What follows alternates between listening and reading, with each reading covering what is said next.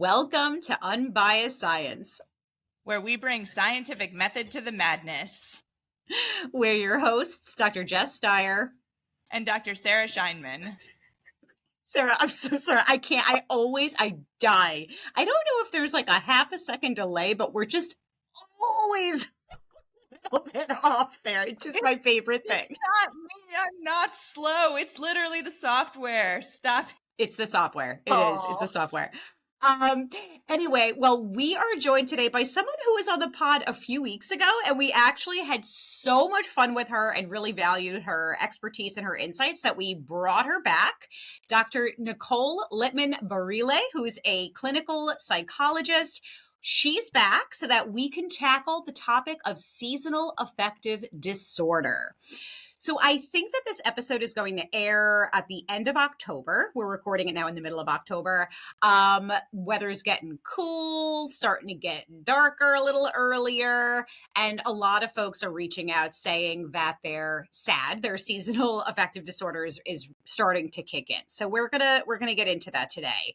Sarah and Nicole, do you experience symptoms of seasonal affective disorder? If you're willing to share. Yeah, I absolutely do. 100%. I get hit with this pretty hard, and I have for a while, but I also suffer from depression at other times of the year as well. This is just, I find when the clocks change and the seasons change is when my symptoms sometimes will start to kick into high gear. I do know this about myself though, so I'm able to take steps to sort of mitigate how severely I'm impacted by it. That's great. Thank you. Mm-hmm. Sorry, Nicole. Yeah. No, yeah, that's great. I definitely notice a decline in some mood, like in the winter months, especially it feels like here in New York that winter can sometimes last for 6 months. So the longevity of that, I would say I definitely notice a specific toll in my mood and what that takes. So yeah, there's a slight decline, but I would say I don't meet full criteria for that. So, but I'm also, very aware of that and would understand what I would need to do in order to prepare for a decline in mood in the coming months. Well, I'm happy you mentioned criteria. We're definitely going to get into that. And I, like you, I don't meet the full criteria, but as Sarah shared, I also suffer from depression sort of throughout the year. I do notice a decline in my mood. And Nicole, as you said, excuse me, Riggins. I'm sorry, my dog just joined me. Come April, I'm in New England. So when it snows in April, I'm like, come on now. Like we're ready for flowers. We're ready. Enough of this. So can I maybe kick things off with just some stats about prevalence, how many people are affected by this? And then maybe Nicole, you can, hold on. Before I do that, Sarah, do you want to start with the definition? I have a feeling. Yes. Always. Okay. You know it. Okay. So what are we talking about? Broadly speaking, when we're talking about seasonal affective disorder, which by the way abbreviates to SAD, which I love that. I love when scientists have a sense of humor. Like that's just, it tickles me. Okay, so SAD is a type of depression and it's related to the changes in the seasons typically. And it usually begins and ends around the same time every year. And so like most of the symptoms typically begin around the fall and continue throughout the winter. And I believe it is considered, Nicole, correct me if I'm wrong, like a subtype of depression. So it's not necessarily a diagnosis in and of itself. Is that true? Yep, exactly. And Jess, like why don't we have a resident biostatistician dig into the actual statistics on this now? So it's interesting. When I was looking up the stats, I'm wondering if maybe these numbers, like, is this something that could potentially be underdiagnosed? But anyway, we could maybe chat about that. But here are some statistics. So, I mean, I think depression in and of itself is underdiagnosed. Mm-hmm. Right. Very, very true. But I did pull some stats. These come from psychiatry.org. We'll link to this in show notes. So it's estimated that in the general population, SAD affects between 0.5 to 3% of the general population. When we look at the U.S. specifically, about 5% of adults are diagnosed with SAD, and it typically lasts about 40% of the year. So I thought that was very interesting. There are certain variables, demographics that impact the prevalence of SAD and also the severity of it. So we know that SAD appears to decrease in prevalence with age. It seems to affect women more commonly than men, with a ratio of 4-1, which I thought was really interesting. There are also differences by region. So for folks who live farther from the equator, I guess it's more pronounced in those populations. So impacted by the latitude where folks live, which highlights the role of daylight exposure in the disorder's onset. And yes, we're going to talk all about light. We got lots of questions about that. Other conditions, so SAD affects 10 to 20% of people who are diagnosed with major depressive disorder and about 25% of people with bipolar disorder. And Sarah, you did a great job of sort of, defining SAD, and definitely curious to hear what Nicole says from a clinical perspective. But psychiatry.org says that SAD is characterized by mood disturbances that typically occur in the autumn and winter, with remission in the spring or summer. Symptoms often start with fatigue and low energy and can involve sadness, lethargy, and apathy.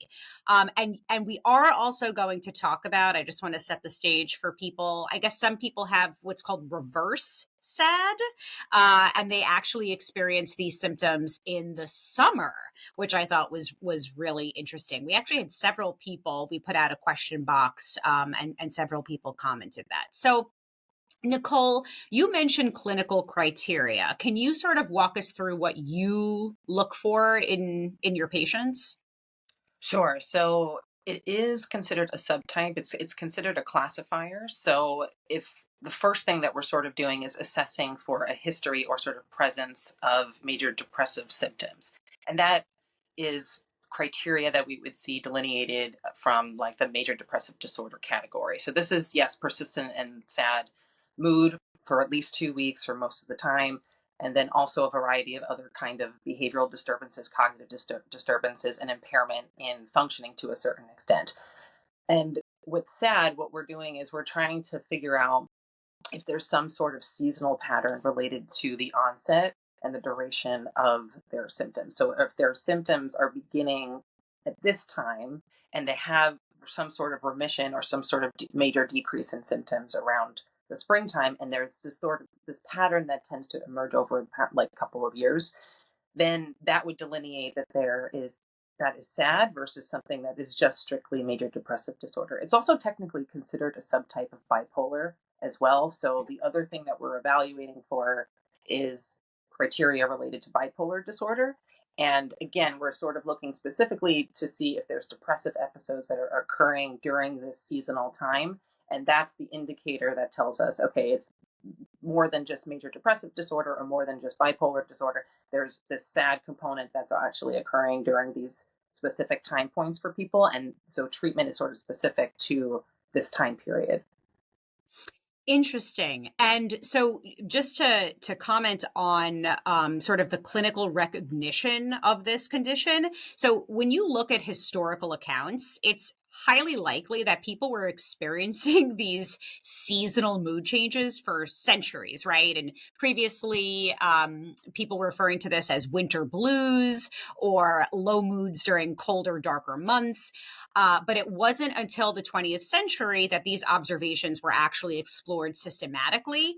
And then in the 1980s is when we had this formal recognition of SAD as a clinical diagnosis. So the term seasonal affective disorder was coined by Dr. Norman Rosenthal. He was a psychiatrist and researcher at the National Institute of Mental Health. And in 1984, he and his colleagues published this groundbreaking paper detailing their research on people whose depression worsened in the winter months and improved in the summer. So anyway, I just thought it was interesting that this has likely been around for a very long time, but not formally really recognized and classified until the 80s. So Sarah, as a neurobiologist, can you sort of tell us what's going on in the brain when we're talking about seasonal affective disorder? What are some of the things that are going on biologically that are impacting our mood? Yeah. So I think we can't talk about seasonal affective disorder without talking about circadian rhythm. And just to define what we're talking about when we say circadian rhythm, it's the body's pretty remarkable ability to know intrinsically where we are in time. So it's at first I thought that it was the body's 24-hour internal clock, but as it turns out, in the research that I did for this episode, there are even more finely tuned in internal clocks than just the 24 hours. So there's a whole field. There's a whole subfield of biology called chronobiology, fascinating subfield that just studies how our body knows what time it is and where we are linearly in time. So there's parts of our brain that know what time of year it is. There are parts of our brain that know what hour it is in the day, and there are parts of our brain that know from to the second where we are in time. And that's, an example of that would be when someone throws a ball at you, you know exactly like when to put your hand up to catch it. That's also part of our circadian rhythm. So it's this whole broad kind of network of brain regions that tell you where you are linearly in time. But with regards to seasonal affective disorder, we're talking about a specific part in our brain. It's one of the more primitive biological clocks, and it's called the suprachiasmatic nucleus, or the SCN. And it's this teeny tiny little brain region. It's 0.25 millimeters cubed. It's a tiny region. And what that part of the brain does is it regulates cycles of alertness and sleepiness based on primarily light changes to our environment. So the changes in light. And what regulates that particular biological clock is the 24-hour light-dark cycle that makes up a typical day. And the brain sends out rhythmic signals related to this cycle using chemical messengers, including hormones, such as cortisol, and as well as cytokines and different neuronal signals from the peripheral nervous system that tells us where we are throughout the day. Now, in seasonal affective disorder, what happens is usually this coincides with a changing in the clock. So like daylight savings time, for example. And what happens when the clocks change and when the days get shorter is your circadian rhythm is interrupted because the 24-hour light-dark cycle drastically changes. And this can really throw your internal, your homeostasis all out of whack. So we think that this is a big contributor to S.A.D and seasonal affective disorder. Okay, wait, side note, isn't there a major movement to get rid of daylight savings? Am I making this up? No. I really hope so. I think You there hope should that be. Yeah. Interesting. I'm trying. I know there's a whole reason, and I should have looked this up. Well, like why we do it? Is it something with? I know we did it with it was with regards to agriculture. So we would have an increased number of daylights in which to harvest crops. But since a lot of that is done by robots these days, I think maybe we don't need it anymore because those guys can work in the dark. Yeah. Wow, wait. There's an actual act, the Sunshine Protection Act, which would make daylight savings time permanent. It's stalled in Congress. The Senate passed the bill in 2022, but it didn't come up for a vote in the House.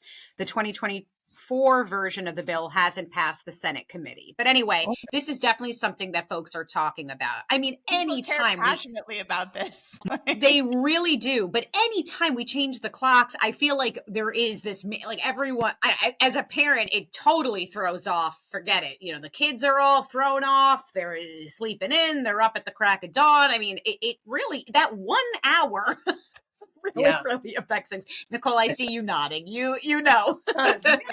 That's why I hate it. And I hope Sunshine Act makes its way eventually.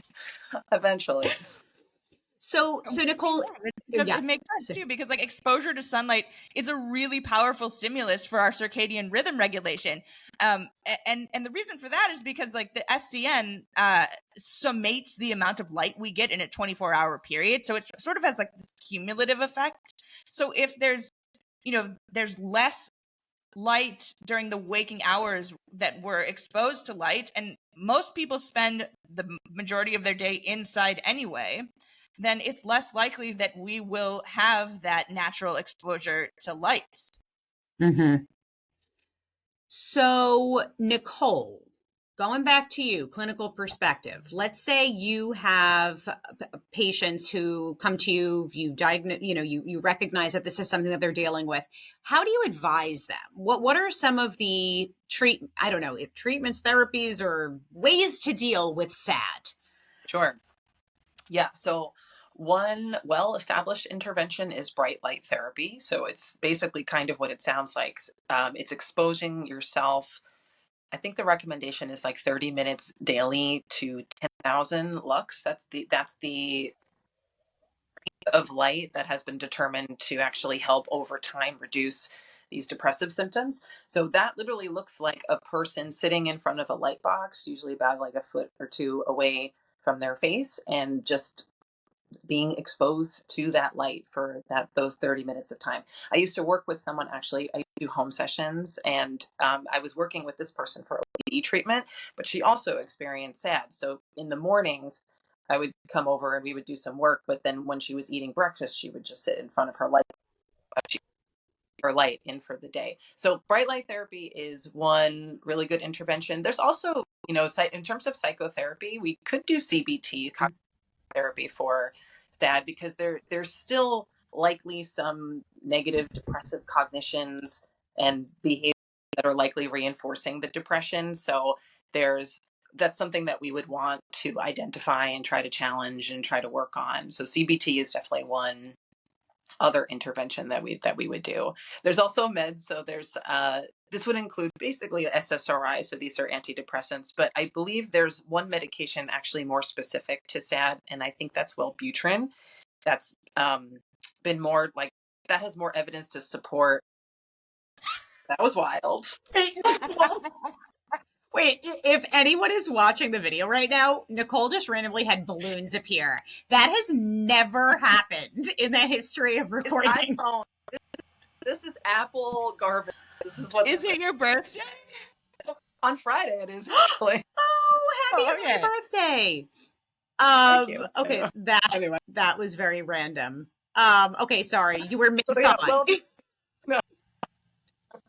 Yeah, so Wellbutrin is a medication that's known to have a little more evidence to support actually targeting, being more effective for people who experience SAD. So there's usually these like three primary interventions that we tend to go to, and sometimes there's a combination of that helps people the most, depending on level of impairment and how severe a person's SAD symptoms actually are. So those are the treatments that we have. Yeah, I'm on Wellbutrin, big fan. I also have a light box. I usually don't bust it out until daylight savings time happens, but I start every morning by I wake up and I make my coffee and I read a little bit in the mornings.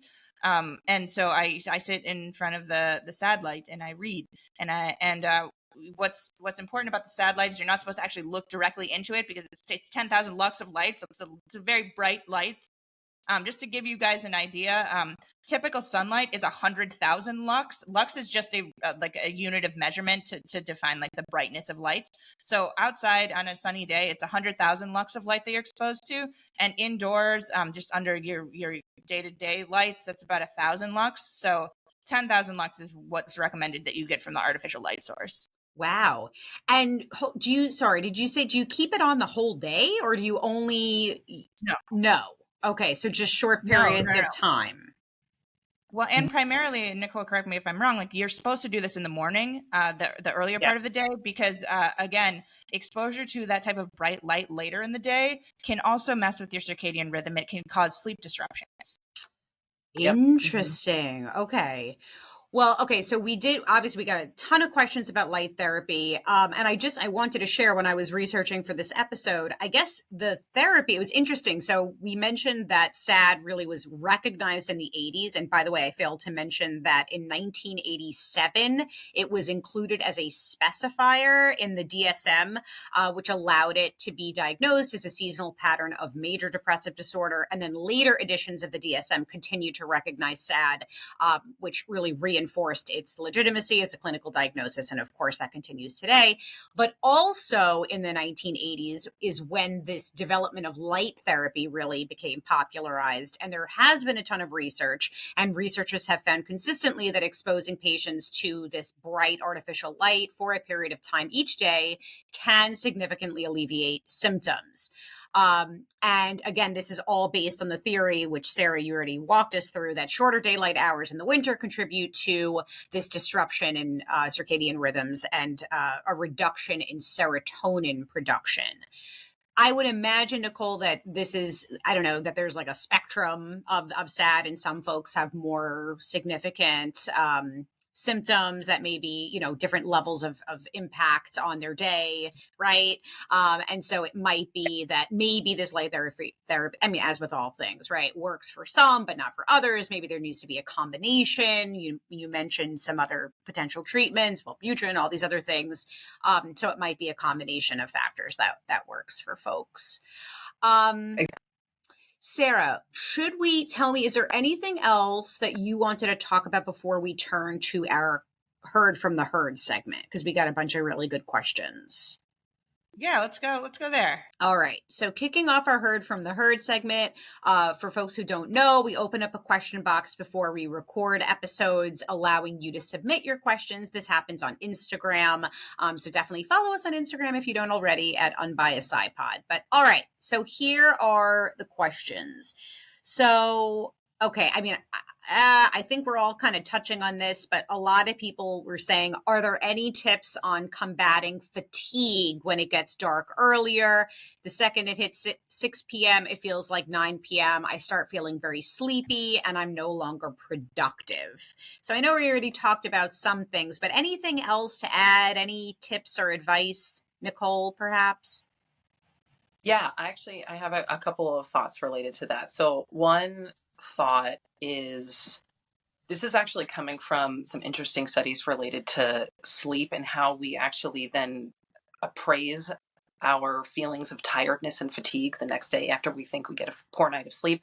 Not to say that this is connection, but if there's a sense of fatigue and this sense of tiredness, one thing to actually think about is to maybe schedule some kind of pleasant activity around that time, because we also know that increasing mood, generally speaking, can try to help combat some sense of fatigue, especially if there's some negative thoughts around feeling fatigue and, oh no, here I am, I'm feeling really fatigued, I'm not going to be able to accomplish X, Y, and Z. So there's something to, I think, scheduling some kind of pleasurable activity around that time so that you can increase your mood and get it and get that. I think another potential intervention, if you can do it, is engaging in regular exercise, just because we know that that is also something that tends to help with feelings of fatigue. And also that tends to be a mood booster as well, so that you can kind of get a double whammy from that sort of intervention. So I think something like that, or some kind of combination of those things, is something to think about around that time, because your thoughts also have a lot to do with our perception of, let's say, fatigue, tiredness, sometimes our feelings of sadness. So sort of checking in like a little more objectively, that's coming from like a more of a CBT kind of a standpoint, that might be effective for some people. Yeah, and from a biological standpoint, a lot of what you said makes sense from when we're thinking about those internal biological clocks. I mentioned that one of the main regulators of those is light, but there are also other regulators and cues from external factors that we can use to sort of like trick our body into thinking that we're getting a more regular, regimented 24-hour light cycle, even when the nights are longer and the days are shorter. And these include like food, eating at regular intervals, and getting exercise that again at those regular intervals. And we can, using these other cues, and in addition to bright light therapy, like can sort of trick our bodies and these internal clocks into thinking that everything's copacetic, when in fact we have 2 hours of daylight a day. Mm-hmm. I also this all is great. I'm just trying to think about what I do, and I'm not a neurobiologist, nor am I a psychologist. But I try to lean into some of the, what are fun things that we could do when it's dark? Like we'll start we have a little fireplace, we'll start a fire, we'll make s'mores. Like obviously, this Sarah's coming over, by the way, in 2 days. Sarah, we making s'mores? You got real excited when I said s'mores. All right, we're making s'mores. So again, trying to find the positive in the darkness, and obviously that can be challenging when the winter drags on, as it does for many of us living in the Northeast. Okay, can we move on? Oh, sorry, Nicole, you were going to say something. So one thing to also add here, because Sarah, you said something important in the beginning, which is now that you know that this is what you experience, you can take preventative measures, right, in order to address it. So if you know you're someone who does likely experience these kinds of symptoms, starting now or even 2 weeks ago, really, I would really start using some of these interventions, because you may anticipate some of the fatigue to increase, but if we can start catching it a little bit early and trying to do something, establish some kind of habitual pattern of regular exercise, regular eating, like all the things we're kind of talking about, it tends to set up a person so that they're more prepared and hopefully experience actually less symptoms. So that's another thing to keep in mind for people. Okay, so the next question, well, we got a million questions about light therapy, but I think we've touched on it. I did want to mention that there was one question about different colors of lights. So I guess someone mentioned distinguishing between blue and green light therapy. I don't have you all heard about this? Any thoughts? Anything to comment on there? Or is this is kind of new for all of us? I mean, I do know that different wavelengths of light emit different colors. Like, that's a thing. But I think with regards to bright light therapy and the effect that it has in regulating our circadian rhythms and therefore combating symptoms of SAD and other mood disorders, I believe that it depends. It's really more dependent on the lux, so the brightness of the light, as opposed to the actual wavelength. I've not heard that any kind of wavelength of light is more effective at regulating circadian rhythms than any other wavelength of light. Mm-hmm. I mean, yeah, same here. I just did a very cursory search. I'm not going to lie, I did not deep dive on this, but I'm not seeing a ton of research on this, which leads me to believe that perhaps there have been a couple of maybe small studies that have differentiated, but I'm not seeing any robust evidence that there's a particular wavelength or color that is more beneficial. I will say it looks like, and again, please take this with a grain of salt, because I would bet that this is, we're talking about a couple of small studies here, but people are saying blue light therapy is considered more effective than green light therapy for treating SAD. Let's see. I know.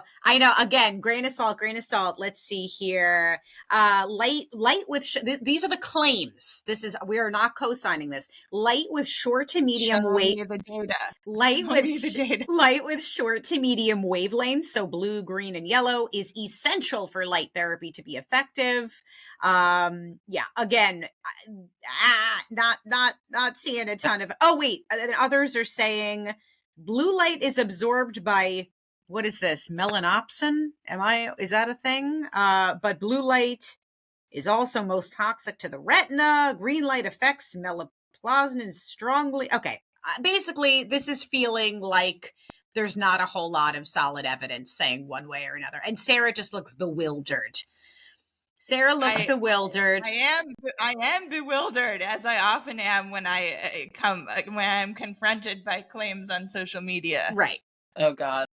So yeah, we're not convinced. Does not seem like there's a whole lot of robust evidence. Okay. And just to be clear, Sarah, the light box that you use, it's just a white light? Okay. Correct. Got it. And it is a very bright white light. Got it. Because if we're sort of tricking regions of the brain into thinking that we're being exposed to actual sunlight or daylight, again, we're talking orders of magnitude higher than the brightness that we experience from indoor lighting.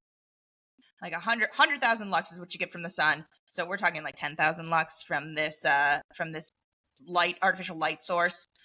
It can do something. It's really not the same as getting the light from the sun. But I mean, when the light from the sun is, it's white light. It's not right any kind of color that is better. Oh, Sarah. Oh, maybe get it. No. So, okay, this next question came up quite a bit. I guess that there are a lot of supplements being marketed to folks for SAD, in particular vitamin D. So, can we spend a little bit of time talking about vitamin D? Nicole, I don't know if you've seen this claim. Are you convinced of vitamin D supplementation helping with SAD?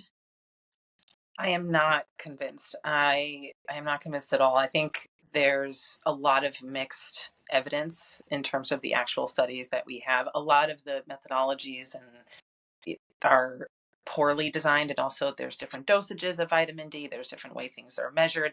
There's a lot of ways I don't think we can really accurately interpret the studies, and I don't think there's any solid evidence to make that kind of level of support that someone should be actually taking vitamin D as a supplement in order to treat these symptoms. We don't have any sort of conclusive evidence to suggest that. Well, and my initial thought is that we're kind of messing with, we're in correlation territory here, right? Because we get vitamin D, the sunlight is a source of vitamin D, right?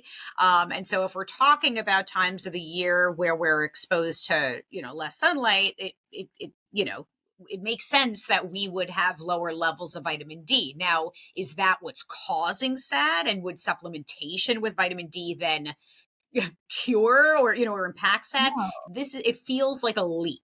Okay, Sarah is saying no. no, it wouldn't. Okay. It wouldn't, because I probably where this came from, right, is because you can get vitamin D from sunlight. Right. But it's not the vitamin D, it's the light itself that is so beneficial to regulating our chronological states. And it's so if you remove the light part and just are taking drops of vitamin D or pills of vitamin D, you're negating the actual beneficial components. Mm-hmm. Right. Yes. Also, Nicole, I know we're both friends and colleagues with Dr. David Robert Grimes, and he has this whole thing. I mean, you got to go to his page and check it out, folks, about how I guess he feels very strongly and points to a lot of evidence that points to the fact that we are really overestimating vitamin D deficiencies, because there are a lot of folks, particularly in the wellness space, who say, oh, we're all walking around with vitamin D deficiencies and we all need to supplement. But Sarah, Sarah Didn't know that. just drop some social media on Sarah. No, you guys should have a segment like Surprise Sarah, and then you just claim, and then Sarah, you just give your very honest reaction. Here's one. We're all vitamin D deficient. Yeah. That's a lot of people that aren't getting enough vitamins. Right. And we should all be experiencing very severe problems here. Like, right. All of us should be very ill. And of course, there are likely, there is a segment of the population that is deficient, but it seems like maybe social media is making us think that that's more common than in reality. We always like to give the disclaimer that remember that supplements are largely unregulated, and there can be drug interactions. So vitamin D. Oh my God, do you see this dog right now? I'm so sorry. If you're watching on YouTube, this is pure chaos. I have all 4 dogs here, but Riggins is on my lap, putting his stinky hot breath in my face. So vitamin D can interact with some medications. I think people just assume, oh, these are supplements, they're vitamins, they're, or if they're herbal, they're safe. That's not necessarily the case. We say this ad nauseum. This is definitely the millionth time you've heard this on this podcast. But yeah, so is the consensus here worth repeating? The consensus is that vitamin D, there's some correlation that's being confused with causation here. The focus and more proven therapeutic would be light therapy versus vitamin D supplementation. Is that yes? Yes. Cosine. Yes. Okay. You heard it here first, Stamp. folks. Stamp of approval. And then just to get ahead of it, we will get comments from people who say that vitamin D has helped them. We hear that all the time. That while anecdotal, great that it seems to work work for you. But again, this is something you should definitely talk to your healthcare provider about because of these potential interactions and all that good stuff. So anyhow, all right, Sarah and Nicole, is there anything that we haven't talked about that you think is worth mentioning in the context of SAD, or any final thoughts before we start winding down a bit? We covered a lot of ground here. Yeah, We did cover a lot of ground. Reinforce the legitimacy of it, because I know that sometimes, like, mental health disorders in general still have very much a stigma associated where, we could sort of exercise or diet our way out of a disorder. And I just want to legitimize the fact that for people who do experience SAD, that it's very real. It very much impacts people on a daily level of functioning. It very much can last several months, not just the exact sort of diurnal patterns, seasonal patterns that we have. So I just want to legitimize that for people. And if you need the combination of treatments, sometimes it is that holy grail of actually doing therapy, doing meds, and doing Lightbox. Sometimes we do need a variety of different kinds of interventions, and that's okay. That doesn't mean that you're not doing anything right, but anything wrong. It means that you're actually doing something right and trying to actually, improve the quality of your life. So I always want to reinforce that for people, that this is legitimate, and if you suspect anything, to really seek out a licensed mental health professional to get evaluated. Yeah, and along the same lines of lending legitimacy to it, I mean, there have been certain genes linked to increased susceptibility to SAD, and these genes are largely related to serotonergic transmission, so neurotransmission of the neurotransmitter serotonin, which we touched on briefly, which is thought to be maybe dysregulated in depression in general. So there are genes linked to serotonergic transmission that have been implicated in increased susceptibility to developing SAD.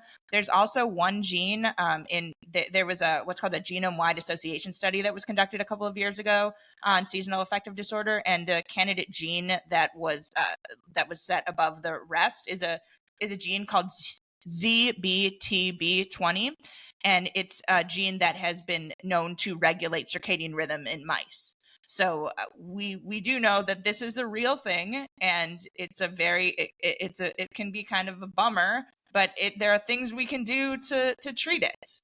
There is one thing actually that we didn't talk about, and I'm so sorry to those who submitted questions about this: reverse SAD. So just very briefly, I wanted to mention that this is a type of depression that occurs in the summer months. It affects about 1% of Americans.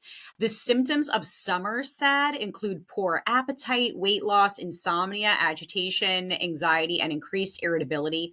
And whereas winter SAD is associated with shorter days and colder weather, summer SAD is associated with longer days, heat, and humidity. And interestingly, light plays a role in both types of SAD, as too much light can also disrupt the body's circadian clock and lead to insomnia. So I wonder whether there's some link there with, sleep or something like that. And let's see, I guess it's thought that up to 10% of people with SAD get it in reverse, and that there are some studies that have shown that in countries near the equator, such as India, summer SAD is actually more common than winter SAD. So I don't know exactly what I don't know. I mean, this is definitely, it seems like a less on the radar thing, but it is a very valid issue for many people. Yeah. I think it all goes back to the I think 9 times out of 10 when you ask a question about science, it kind of all comes down to homeostasis, right?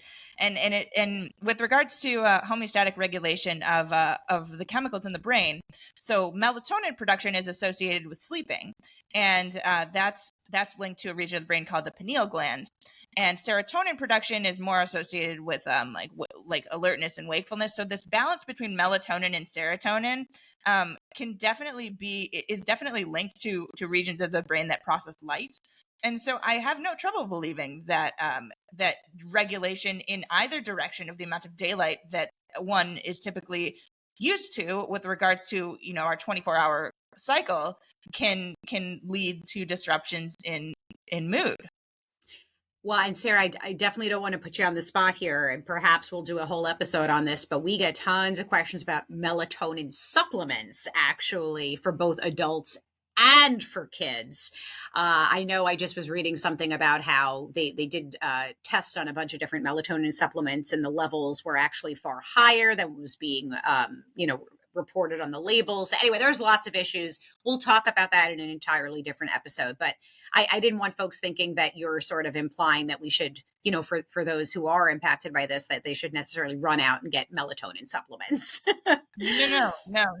But all I was saying is melatonin. Please don't do that. No, melatonin is a sleep hormone. We produce it in our bodies naturally. Don't go buy anything, please. Oh my gosh. Nicole, any thoughts on that, or any final thoughts?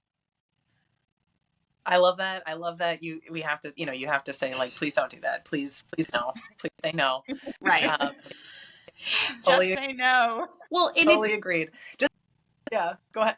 Well, this is such a common theme. Like, there will be seeds of truth, right? Like, there is something going on with melatonin. There may be something happening with vitamin D, but that doesn't mean that then, that we have to supplement with those things and that they would have a clinically significant impact on these outcomes. It just, that's a very common theme, not just specific to SAD, right? Lots of different things that we talk about. But sorry, Nicole, you were going to say something.